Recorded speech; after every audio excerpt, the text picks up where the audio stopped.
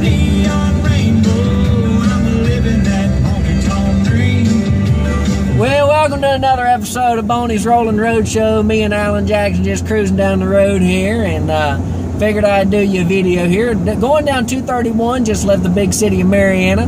Going down here to Panama City. I'm going to kick off my boots and put on my Speedo and enjoy me some fun in the sun on the sand, baby. Heck yeah.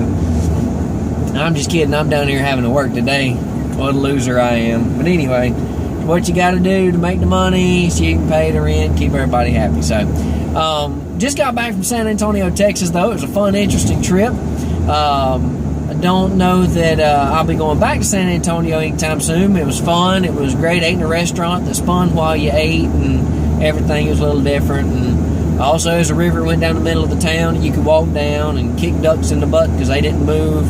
Dumbest ducks I've ever seen in my life. I wish to God that them kind of ducks would be back here. It was mallards, and I wish to God they'd be on Lake Seminole when I go duck hunting, because I'm going to tell you something. I'd blast me some bird butt right there. It wouldn't even be funny. But anyway, didn't get to go see the Alamo because I didn't want to get killed. So it was fun, exciting, all hail the Alamo. And I saw a building that, I don't know, the Uber driver said that somebody was buried, and then they built a building on top of it. I don't know. It was an interesting trip anyway.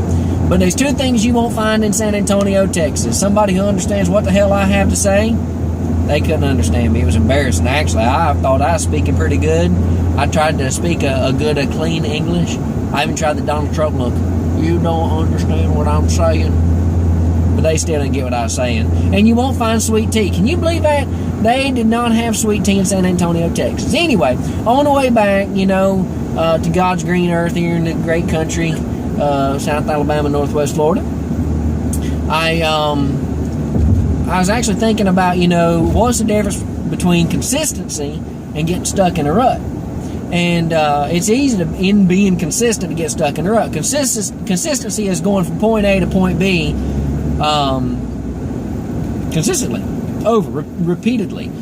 Being constant and going from point A to point B. Where you get stuck in a rut is when you go from point A to point B all the time using the same tactics or the same trail. It's kind of like when you go through a field. If you go through the gate and you go and you take the same road every time, eventually you're going to dig out a rut. It's called getting stuck in a rut. Genius stuff here. I mean, this is like rocket science kind of stuff. But you get stuck in a rut. You go down the same trail every time. It digs out, and the more you take that trail, the deeper it gets, the harder it is to change your path.